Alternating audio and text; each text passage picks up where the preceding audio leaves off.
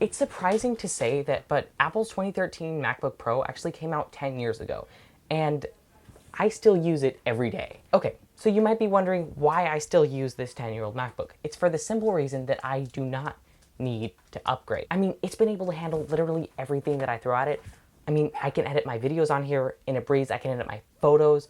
It handles it all really well, and I just haven't seen the need to upgrade. So let's go over some of the features.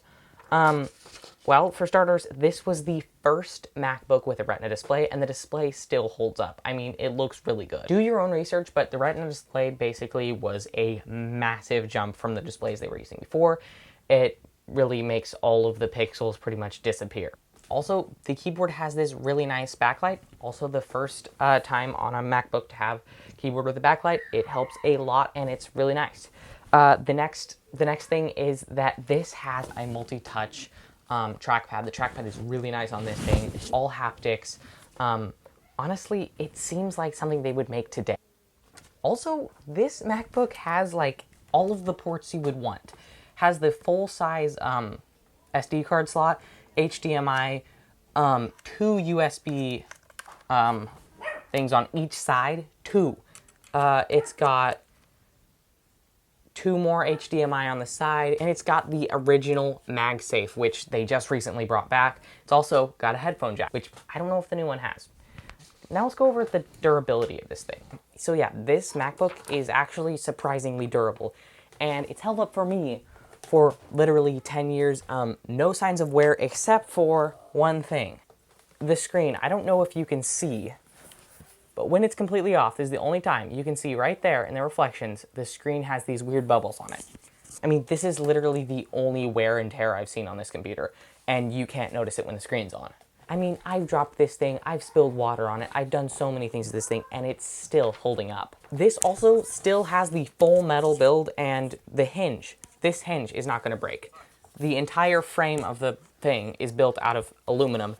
Okay, now it's time to talk about performance. Now you'd think that since it's 10 years old, the software would be completely out of date and everything.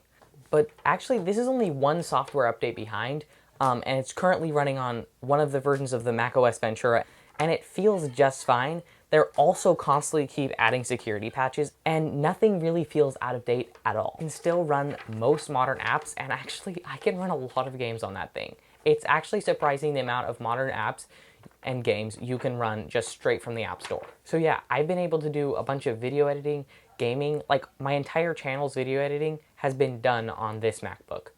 So in conclusion, the 2013 MacBook Pro actually still holds up, and seeing that you can get it for around $150 on eBay, I think it's a really good option for students or people who just aren't running super intensive tasks, because obviously it will start to break down at the really intensive tasks.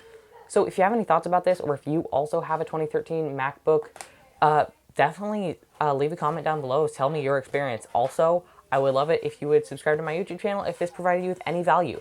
I'm looking forward to making a lot more, and I'm doing a little challenge thing with myself. I'm seeing basically how many videos I can make and how good I can edit them to where that 2013 Mac won't be able to handle it.